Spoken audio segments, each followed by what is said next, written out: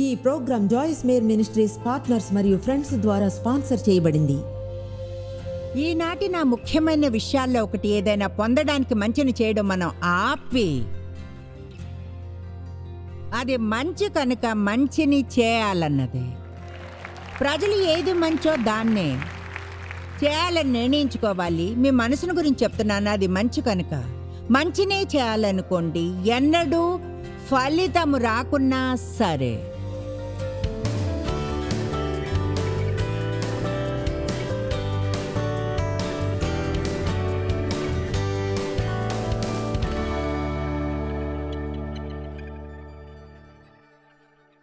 Thank you దేవ ఈనాటి వాక్యానికై. ఇది ముఖ్యమైన వాక్యం కనుక దీని మీదని ప్రత్యేకమైన అభిషేకం ఉండాలని, అందరూ ఎంతో గమనంతో ఉండాలని, శత్రువు ఏ విధంగానూ అడ్డపు పడకుండా ఉండేలా చూస్తావని నిన్ను నమ్ముతున్నాను యేసు నామములో. ఆమేన్. ఇప్పుడు నిన్న సమయం గురించి మాట్లాడుకున్నాం. అందరికీ ఎలా ఒకే మొత్తంలో సమయం ఇవ్వబడిందో, కొంతమంది ఎక్కువ కాలం జీవిస్తారు. అయితే ఇక్కడ ఉన్నప్పుడు అందరికీ రోజుకి 24 గంటలు, వారానికి 7 రోజులే ఉంటాయి. అయినా కొంతమంది జీవితాల్లో ఎంతో సాధిస్తారు, కొంతమంది అంతగా ఏమీ సాధించలేరు. అందరం బిజీగా ఉంటాం. నేను నా బిజీ ట్యాగ్ని వేసుకున్నాను, తెలుసా, ఐఎమ్ బిజీ. దాన్ని ఒక బ్యాడ్జ్గా ధరిస్తాం. మనం చేయవలసిన పని చేయకుండా ఉండడానికి బిజీగా ఉన్నామనేది ఒక సాకు. అందుకే నేను చెప్పాను, దేవుడు బిజీగా ఉండడానికి పిలవలేదు అని, ఫలవంతంగా ఉండడానికి పిలిచాడని. సమయం మంచిగా ఈజీగా ఉన్నప్పుడే ఫలవంతులు అవ్వాలనే కాదు దేవుడు కోరుకునేది, కానీ సమయం కష్టంగా కఠినంగా ఉన్నప్పుడే. నేను కొంచెం సేపట్లో ఒక వచనాన్ని చూపిస్తే అది చెప్తుంది, సరైన చోట వేరుని ఉన్న ఒక వ్యక్తి, అంటే క్రీస్తులోనూ ఆయన ప్రేమలోనూ ఆ కాలం ఉన్న పూర్తి ఏడాది అంతా కూడా ఫలాన్ని ఇవ్వగలడు అని. దాని అర్థం మీకు ఏడాది అంతటా సమస్యలో నిరంతరం సమస్యలు ఉండవచ్చును. ఏడాది అంతటా ఒకదాని తర్వాత మరొకటి. మీరు కానీ దేవునిలో సరైన చోట వేరుని ఉంటే ఆత్మఫలాన్ని నిరంతరం ఇస్తూ సమస్యలు ఉంటూ ఉన్నా కూడా ప్రజలకు ఆశీర్వాదకరంగా ఉండగలరు. మనం చేయవలసినవి చేయకుండా ఉండడానికి బిజీగా ఉన్నామనేది ఒక సాకని అనుకున్నట్లుగానే, అలాగే మంచిగా ఉండకుండా ఉండడానికి నాకున్న సమస్యలే సాకు అనుకుంటాం. దయగా ఆత్మఫలంలో నడవకుండా ఉండడానికి, ప్రజల్ని ప్రేమించడానికి, ఇవ్వడానికి, చర్చికి వెళ్ళడానికో, వాక్యాన్ని చదవడానికో, అలాంటి విషయాలన్నిటికీ కష్ట సమయాల్లో కానీ మనం మంచిని చేయకపోతే మంచి సమయాల్లో ఎన్నడూ సరైంది చేయలేం. కనుక ఈరోజు ఎల్లవేళలా సరైందే చేయడం గురించి చెబుతాను. ఎన్నడూ సరైంది చేయడానికి సరైన సమయం అంటూ ఉండదు. దాన్ని మళ్ళీ చెప్పనా? ఎన్నడూ సరైంది చేయడానికి సరైన సమయం అంటూ ఉండదు. లేదా ఎల్లవేళలా తప్పు చేయడానికి అంతా సరైందిగా ఉండదు. బహుశా అది బాగా అర్థమవుతుంది. ఎన్నడూ అంతా బాగానే ఉండదు తప్పు చేయడానికి. ఇప్పుడు మనకు తెలియకుంటే ఏది తప్పో ఏది రైటో తెలియకపోతే అది వేరే కథ అనుకోండి. దేవుడు మనతో కార్యం చేసి తెలియచేస్తాడు. అయితే ఈరోజు గుర్తు చేస్తున్నాను ఏమనంటే, మీరు సత్యాన్ని విన్నప్పుడు మీరు విన్నదానికి బాధ్యులవుతారు. కనుక మీరు కానీ మీకు ఎలాంటి బాధ్యత వద్దనుకుంటే అప్పుడు మై గుడ్నెస్, మీరు రాత్రి కానీ లేదా రేపు కానీ తిరిగి రాకండి. మీరు ఈరోజు ఇక్కడ ఉన్నారు కనుక మిమ్మల్ని వెళ్ళనీయం. అయితే తిరిగి రావాలని బోధరవ్వకండి. ఎందుకంటే మీరు మీ చిన్న మంచిదైన నీట్గా ఉన్న జీవితాన్ని కొంచెంగా గందరగోళం చేసే విషయాలను విని ఇలా అనుకుంటారు కనుక. ఓ చూసారా, కొంతమంది మీ జీవితం దేవుడు కోరుకున్నట్లుగా ఉండి ఫలవంతంగా అవ్వాలనుకుంటే కొన్ని అడ్జస్ట్మెంట్స్ చేసుకోవాలని తెలుసుకున్నారు. కొంతమందికి ఆ విషయంలో ఎంతో ఉత్సాహంగా ఉంది. వాళ్ళ ఇంటికి వెళ్ళి అలా చేస్తారు. అయితే చాలామంది ఇప్పటికీ ఇంటికి వెళ్ళి ఆ మార్పులు చేయడానికి ఇష్టపడిన వారు ఉన్నారు. నేను చెప్పాలి, నేను చెప్పేదాని ద్వారా దేవుడు కానీ మీతో డీల్ చేస్తుంటే, దేవుడు మిమ్మల్ని ఏమైనా చేయమంటున్నాడని స్పష్టంగా అర్థం అయితే అయినా మీరు చేయకుండా ఉంటే అప్పుడు దేవుడు పరిణామాలను చూపాల్సి ఉంటుంది. అంత ఎక్సైట్ అవ్వకండి. ఆయన అలా చేస్తాడు. మనల్ని ప్రేమిస్తున్నాడు కనుక ఎంతమందికి బాగుంటుంది మీ పిల్లలు మీరు వారికి వాక్యాధారంతో చేయమని చెప్పింది కానీ చేస్తే? మీకు అది నచ్చదా? మీరు వెళ్ళి ఇలా అనగలిగితే? ఇప్పుడు అమ్మ ఏం చెప్తుందో వినండి. మీరు ఇలా అనాలి, బ్లా బ్లా బ్లా. మీరు ఇలా అనకూడదు, డాడా. వాళ్ళు ఇలా అనాలి. అర్థమైంది, పర్వాలేదు. చెప్పేది అర్థమైంది మమ్మీ డాడీ. మీరు తెలివైనవారు, నేనంటే మీకు ప్రేమ, నాకన్నీ తెలుసు. అయితే ఎంతమంది గుర్తించారో ఒకవేళ మీ పిల్లలకు ఎన్నోసార్లు చెప్పినా వాళ్ళు అది చేయనప్పుడు మీరు వాళ్ళ పరిస్థితులను ముట్టుకోవాల్సి వస్తుందని? కమాన్, మీకు తెలుసా, నిజం చెప్పాలంటే అది వారికంటే మిమ్మల్ని ఎక్కువగా బాధిస్తుంది. ఒక నెల మా పిల్లల్లో ఒకరిని సరిచేయడానికి చేసినప్పుడు నాకు అది పెద్ద శిక్షలా ఉంది, వారికంటే కూడా. వాళ్ళు బయటకు వెళ్ళాలన్న విషయంలో ఇంటి వద్ద శాంతంగా ఉండాలని. ఆమేన్. కనుక చూడండి, ఎవరో చూస్తున్నప్పుడు సరైంది చేయడం అనేది మానివేయాలి. కమాన్, ఎవరు చూడనప్పుడు ఆఫీస్లో ఎంత టైంని వేస్ట్ చేస్తారు ఇంటర్నెట్లో ఆడుతూ? క్రిస్టియన్ దొంగలా ఉండకండి.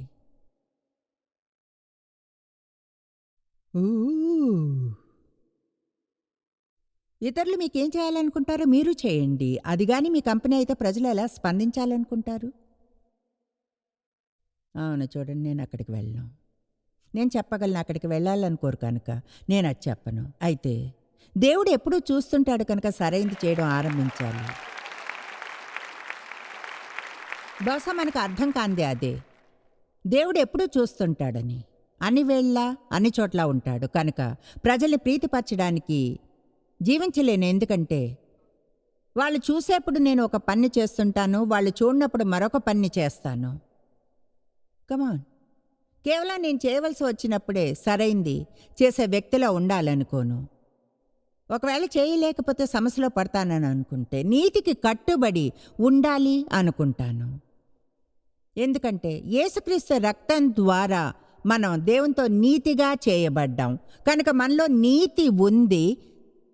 దాన్ని మనం బయటకు తీసి ముందుగా మన మనసులో ఏం ఉందో దాన్ని అనుసరించడం ఆరంభించాలి. క్రీస్తుని స్వీకరించడానికి ముందు ఎన్నో పిచ్చి పనులు చేసి ఉండవచ్చు, అది అంతగా బాధించి ఉండదు. ఏ విధంగానూ ప్రజల గురించి గాసిప్ చేసినా చెడుగా అనిపించదు, మిమ్మల్ని బాధించదు. ఆఫీస్లోని వస్తువులు ఇంటికి తీసుకెళ్ళినా వాటిని మీ లంచ్ బాక్స్లో దాచుకుని తీసుకువెళ్ళినా బాధించదు. అంటే ఎలా ఉంటారంటే వాళ్ళు సరైన జీతం ఇవ్వడం లేదు, వీటిని తీసుకెళ్తున్నా. కమాన్, మనం అలాంటివెన్నో చేస్తుంటాం. పెళ్ళైనా వేరొకరితో ఫ్లర్ట్ చేస్తారు, అదంతా చెడుగా అనిపించదు. అయితే ఒకటి చెప్పనా, మీరు కానీ నిజంగా రక్షణ పొందితే బడి అలాంటివి ఇంకెన్నడూ చేస్తే బాధపడకుండా ఉండలేరు. చేయవచ్చు, అయితే బాధ కలుగుతుంది. మనం ఎక్కువగా ఆ బాధ మీద గమనాన్ని ఉంచడం తెలుసుకోవాలి. ఎందుకంటే అది దేవుడు మనలో అరుస్తున్నట్లే, నీకోసం మంచి జీవితాన్ని ఉంచాను, నీకోసం మంచి ప్లాన్ వేసి ఉంచాను, నీకోసం ఎంతో దాచి ఉంచాను, ఎంతో శాంతిని ఉంచాను, ఎంతో ఆనందాన్ని. ఎల్లవేళ్ళ గిల్టీగా ఉండే మనస్సాక్షితో పోరాడుతూ ఉండవద్దు. ఆమేన్. దేవుడు దయామయుడు, కృపగలవాడు. ఆయన క్షమాపణకు హద్దు లేనందుకు కృతజ్ఞతలు. అయితే ఎవరైనా చెప్పేది వినండి, యేసుని ప్రేమించే ఎవరైనా సరే అలా ఏమాత్రం జీవించరు. ఏది మంచో దాన్ని ఎలా చేయాలో నేర్చుకోవాలని తీర్మానించుకుని ఉంటారా? అయితే మంచిని చేస్తే దేవుని నుంచి ఏదో పొందుతారని కాదు, కానీ అది సరైంది కనుక. ఈనాటి నా ముఖ్యమైన విషయాల్లో ఒకటి, ఏదైనా పొందడానికి మంచిని చేయడం మనం ఆపి, అది మంచి కనుక మనం చేయాలన్నదే. ప్రజలు ఏది మంచో దాన్నే చేయాలని నిర్ణయించుకోవాలి. మీ మనసును గురించి చెప్తున్నాను, అది మంచి కనుక మంచినే చేయాలి అనుకోండి. ఎన్నడూ ఫలితం అనేది రాకున్నా సరే. దీన్ని అర్థం చేసుకోవడానికి మీకు ఒక కథ చెప్తా. బైబిల్ స్టడీని బోధించడానికి దేవుడు నాకు పిలుపునిచ్చినప్పుడు ఫుల్ టైం జాబ్ ఉండేది, అలాగే ఎంతో బాధ్యత ఉండేది. అధ్యయనం చేయడానికి సమయం దొరకడమే కష్టమయ్యేది. తెలుసా, నాకేమీ తెలియకముందే దేవుడు పిలుపునిచ్చాడు. ఆయన అలా ఎందుకు చేశాడో తెలియదు. అయితే అది దేవుని పనే, ఎవరిని యూజ్ చేసుకోవాలన్నది. అయితే నేను కానీ ముందు స్టడీ చేయకుండా ఎవరికి బోధించకూడదన్న తెలివి నాకు కావాల్సినంత ఉంది. కనుక స్టడీకి ఎక్కువ టైం కావాలి. నా జీవితం మీద అసలైన పిలుపు వచ్చిందని, ఏదో ఒక రోజున ఈ రోజు చేస్తున్నది చేస్తానని అనిపించింది. ఎందుకు నమ్మానో తెలీదు. దేవుడు విశ్వాసపు వరాన్ని ఇచ్చాడు. నేను మంచి క్యాండిడేట్ని కాదు, అలా చేయాలని అనిపించిన వ్యక్తిని. అయితే దేవుడు మీ మనసులో దేన్నైనా నాటితే ఒక ఉత్సాహం, ఒక కోరిక అనేవి ఆ కామన్ సెన్స్ కంటే ఎక్కువ ఉంటాయి. సరే, దేవుడు నన్ను జాబ్ వదిలేయమన్నట్లు అనిపించింది. దాని అర్థం ప్రతి నెల బిల్స్ కట్టడానికి కావాల్సినంత డబ్బు ఉండదు. డేవికి మంచి జాబ్ ఉండేదైతే నేను ఆయన అంతే సంపాదించేదాన్ని, మా రాబడి సగానికి పడిపోతుంది. కనుక ముందు జాబ్ను వదిలేయలేదు, పార్ట్ టైం చేసేదాన్ని. అంటే వెనక్కి తిరిగి చూస్తే నవ్వొస్తుంది, ఎంతగా మనం విధేయత చూపమో త్యాగాన్ని చేయమో. అనుకున్నాను ఫుల్ టైం జాబ్ను వదిలేసి పార్ట్ టైం జాబ్ను వెతుకోవాలని. అంటే నా గురించి నేను కేర్ తీసుకోగలిగే స్థితి ఉంటుంది. దేవుణ్ణి నమ్ముతున్నాం కానీ మాకు బ్యాకప్ ప్లాన్ ఉంది. ఒకవేళ దేవుడు గాని సరిగ్గా చేయకపోతే కమాన్, అది ఇంకెవరి కోసమో. మీకు తెలుసా, నేను చేసింది చేయమని రికమెండ్ చేయను. ఎన్నడూ ఇలాంటిదేమీ చేయాలని అనుకోరు. మీరే ఎంత షూర్గా ఉండగలరో అంత షూర్గా ఉండనంతవరకు ఏమనంటే దేవుడు నడిపించేది ఫలానాది చేయడానికి. నన్ను పార్ట్ టైం జాబ్లోంచి తీసేశారు, నాలాంటి వాళ్ళని తీయలేరు. అది దేవుడు అలా అనడమే. నీకెక్కడ పని లేదు, నీకోసం వేరేదో ఉంది. ఇప్పుడు నేను చెప్పేది నువ్వు వినాలి. కనుక నాకెంతో భయం వేసింది. ఎందుకంటే మాకు నెలకి కట్టాల్సిన బిల్స్కి $40 ఎక్కువ కావాలి. అది ఎలాంటి రిపేర్స్ కోసం కాదు, లేదా బట్టలు కొనడానికో లేదా అదనపు ఖర్చుకో. కనుక 6 ఏళ్ల వరకు 6 రోజులు కాదు, 6 నిమిషాలు కాదు, నెలలు కాదు, నేనంత గొప్ప త్యాగాన్ని చేసిన 6 సంవత్సరాల తరువాత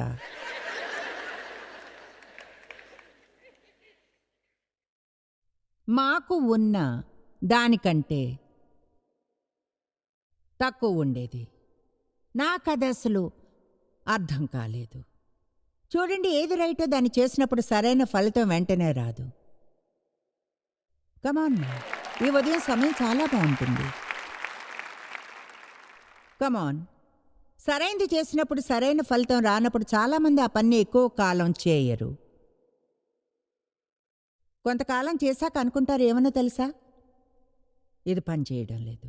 కనుక మనం ఇలాంటి మైండ్ సెట్ని తీసివేయాలి. నేను ఏదో పొందడానికి ఈ మంచిని చేస్తున్నాను, నా ప్రవర్తనతో దేవుని నుంచి ఏదో సంపాదిస్తాను, అది నియమం క్రింద జీవించడం. నా ప్రవర్తన దేవుని నుంచి నాకేదో సంపాదించి ఇస్తుంది. కృప అనేది సంపాదనకు పూర్తిగా వ్యతిరేకం, ప్రయత్నానికి కాదు. పరిశుద్ధాత్మ నడిపింపు ప్రయత్నం, అయితే అది సంపాదనకు వ్యతిరేకం. నా ప్రయత్నంతో దేవుడు నాకేమీ అప్పులేడు.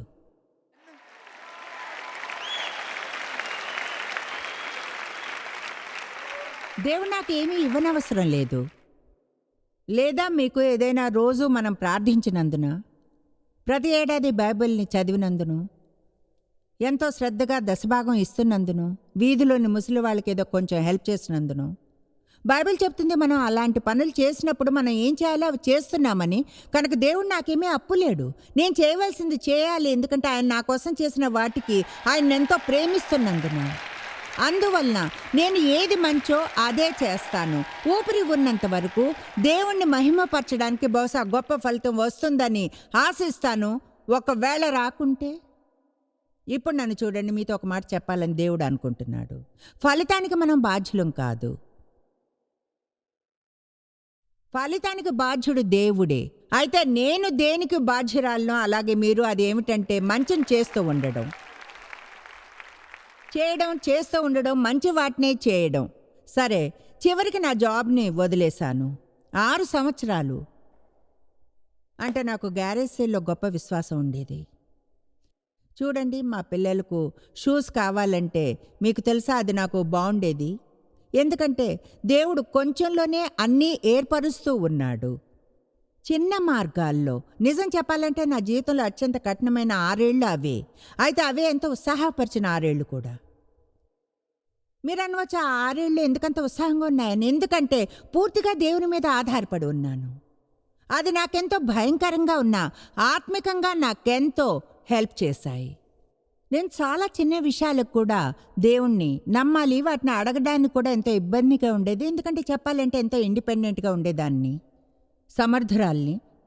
కనుక దేవుని మసిగుడ్డల కొరకు కూడా అడగాలంటే చూడండి, నాకు కొంచెం ఇది చేయడం బుద్ధిహీనత అనిపించింది. అయితే అప్పుడే ఎవరైనా తలుపు కొట్టి ఇలా అంటే బహుశా మీరు తప్పుగా అనుకోరు అనుకుంటా, మీకు ఈ మసిగుడ్లు ఇవ్వమని దేవుడు చెప్పినట్లు అనిపించింది. అంటే అవాక్కైపోయాను.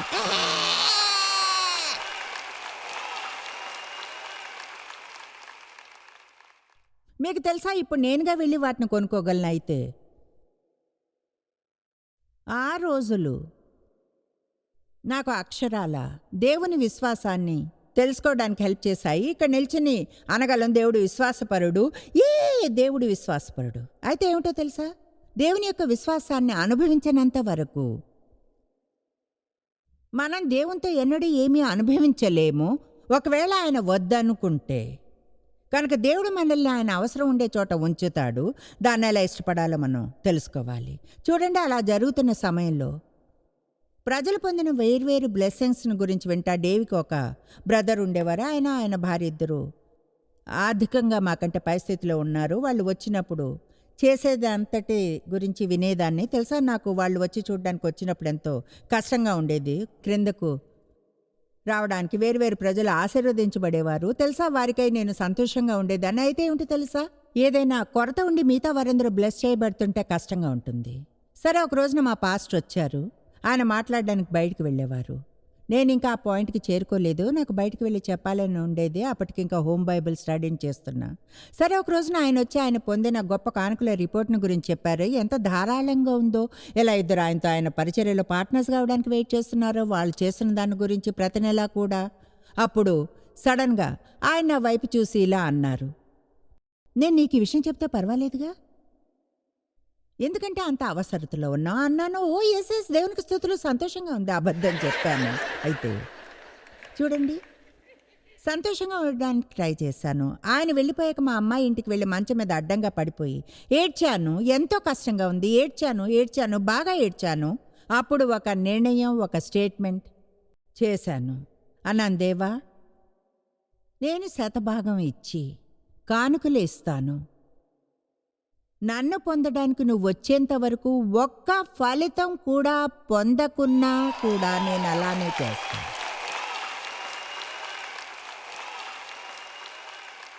మీకో విషయం చెప్పనా, ఆ తర్వాత విషయాలు మారడం ఆరంభించాయి. మన పరిస్థితులతో అపవాది గందరగోళం చేస్తున్నాడని అతనికి తెలిసినప్పుడు, నో కమాన్, ఈరోజు నాతో ఉండండి. మన పరిస్థితులతో అపవాది గందరగోళం చేసిన ఏ విధంగానూ అతడు నీతి పట్ల మన కమిట్మెంట్ని, మంచిని చేయడాన్ని మార్చలేడని తెలిసినప్పుడు అతడు వెళ్ళి మరెవరిపైన దాడి చేస్తాడు.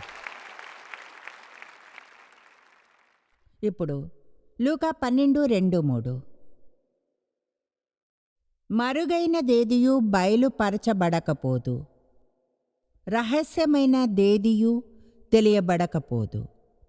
అందుచేత మీరు చీకటిలో మాట్లాడుకున్నవి వెలుగులో వినబడును, మీరు గదుల యందు చెవిలో చెప్పుకొనున్నది మిద్దెల మీద చాటింపబడును.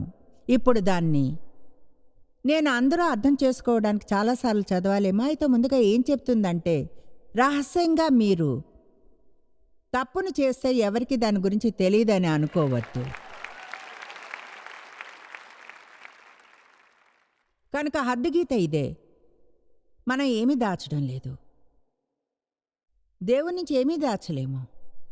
ఇతరులకు తెలియకుండా దాచవచ్చును, కానీ చివరికి వాళ్ళు మీ జీవితంలోని ఫలితాలను చూస్తారు. అదేమిటో వారికి తెలియకపోవచ్చు. అయితే వాళ్ళు ఫలితాలను చూస్తారు. కానీ దేవునికి తెలుసు, ఆయనకంతా తెలుసు, అన్నీ చూస్తాడు, ఎప్పుడూ ఉంటాడు, అంత శక్తిమంతుడు. ఈరోజు మనం దేవుడు ప్రతిదీ చూస్తాడని నిర్ణయం తీసుకుంటే, నాకు తెలిసి ఇది కొంతమంది కుర్చీలో కుట్టినట్లు ఉందని, అయితే ఇది నాకెంతగానో హెల్ప్ చేసింది.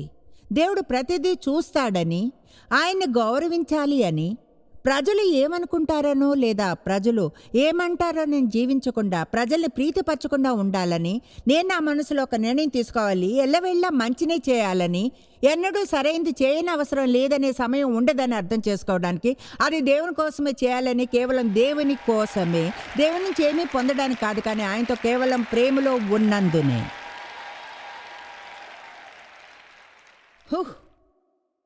ఇప్పుడు ఇంటికి వెళ్ళిస్తా వచ్చినందుకు ఫలితం పొందారు.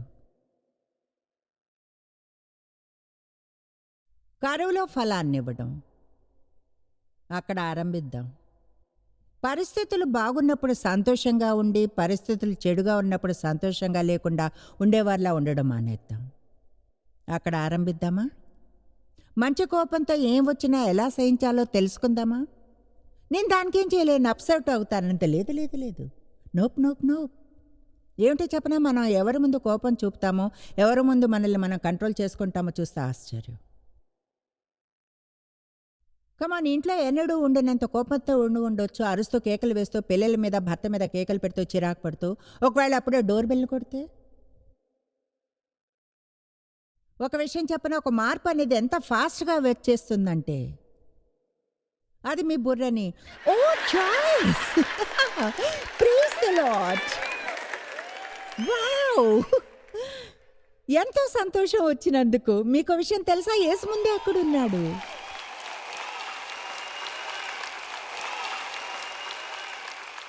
మీరు అంతగా ఉత్సాహపడిపోకండి ఎవరో పేరున్న వ్యక్తి వస్తే వాళ్ళని ఇంప్రెస్ చేయాలని. ఎల్లవేళలా మన ఇంట్లో కనిపించని అతిథి యేసే. ఇర్మియా 17:8. మీకు ఇలాంటి బోధన నచ్చుతుందో లేదో తెలీదు, దీన్ని చెప్పే విధానం నాకు తెలిసింది ఇలా చెప్పడం. దేవునితో ముందుకు సాగడానికి సిద్ధంగా లేని ప్రజలు రారనుకుంటాను. కనుక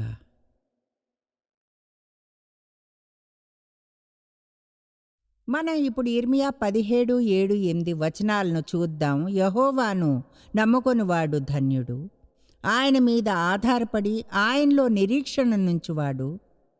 యెహోవా వానికి ఆశ్రయముగా ఉండును, వాడు జలముల వద్ద నాటబడిన చెట్టు వలె నుండును, అది కాలువల ఓర్న దాని వేళ్లు తన్నును, వెట్ట కలిగినను దానికి భయపడదు, దాని ఆకు పచ్చగా ఉండును, వర్షం లేని సంవత్సరంన చింత నొందదు. కాపు మందు. ఇది ఎంతో గొప్ప వచనం. ఇప్పుడు మనం దేనిలో వేరుని ఉన్నాం, దాని గురించి మాట్లాడుకోవాలి.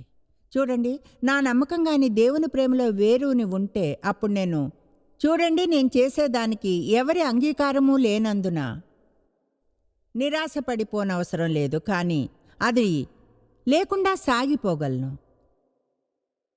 ప్రజలకు నేను కాదు అని దేవునికి అవునని చెప్పగలను, ఒకవేళ ఎప్పటికీ వారి పార్టీకి ఆహ్వానించబడకపోయినా, ఎందుకంటే నేను వారిలో నాటబడి వేరు లేదు, వారు నా ఆధారం కారు.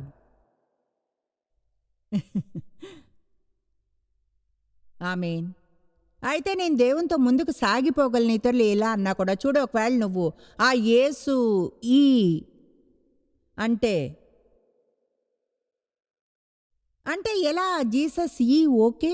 చూడండి, మీరంత మూలంగా ఉంటే అప్పుడు మా గ్రూప్లో మీరిక సరిపోరు అని తెలుసుకోండి. అయితే నేను ఆ గ్రూప్లో ఉండను ఇంకా, కానీ తెలుసా, నా గ్రూప్ నాకుంది, తండ్రి, కుమారుడు, పరిశుద్ధాత్మ.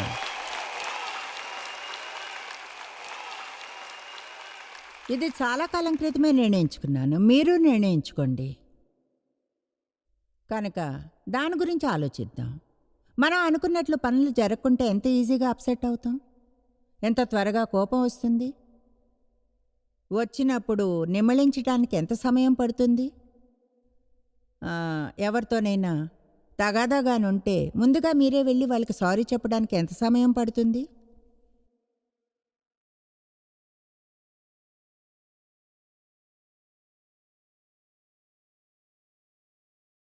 దాని గురించి కొంచెం ఆలోచించండి. ఆమేన్.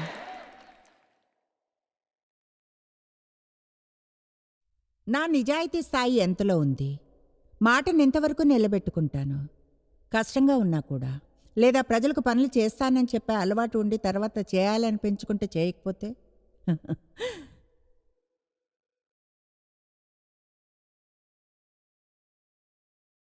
చూడండి, చింతించడం అంటే పూర్తిగా టైం వేస్టే. టైం వేస్ట్ చేసుకునే దేని గురించో మాట్లాడటమే, అదే చింత. నేను ఇది చెప్పడం వినే ఉంటారు. అది ఈజీ చైర్లో కూర్చుని ఊగడం లాంటిదే. బిజీగా ఉంచుతుంది, ఎక్కడికో చేర్చదు. కొన్నిసార్లు నాతో పాటు వేదిక మీదకు ఈజీ చైర్ తెచ్చి రాక్ రాక్ రాక్ ఊగడం. అయితే రేపు ఇదే టైం వరకు ఊతుండవచ్చు, ఇప్పుడున్న చోటనే ఉంటాను. చింత అనేది చేసేది అదే, వ్యర్థమైంది. మన సమస్యలను తీర్చలేదు. మీ టైంని చింతిస్తూ వేస్ట్ చేసుకోకండి. మిమ్మల్ని ఈరోజు నేను ప్రోత్సహిస్తున్నాను, ఎల్లవేళలా సరైందే చేయమని. అది సరైంది కనుక. మీరు ఎన్నడూ తెలుసుకోలేనంతగా జాయిస్ మేర్ మినిస్ట్రీస్లో మీరు మాకెంతో ముఖ్యం. మిమ్మల్ని అభినందిస్తున్నాం. మా ప్రపంచవ్యాప్తపు మినిస్ట్రీ సాధ్యం అయ్యేలా చేసే మా ఫ్రెండ్స్ మరియు పార్ట్నర్స్కి థ్యాంక్స్. అందరం కలిసి ఆకలిగొన్న వారికి భోజనం పెడుతున్నాం, బీదలకు బట్టలు ఇస్తున్నాం, సువార్తను దేశాలకు చాటుతున్నాం. మమ్మల్ని కాంటాక్ట్ చేయండి లేదా joycemeer.orgని ఈరోజే విజిట్ చేయండి. మీ ప్రార్థన విన్నపాలను కొరకు, అలాగే మరిన్ని సాధనాలను గురించి తెలుసుకోండి. జాయిస్ మేర్ షెడ్యూల్ని చూసి భాగస్వామిలో భాగమవ్వండి, క్రీస్తు ప్రేమను ప్రపంచమంతటా పంచుకోవడానికి.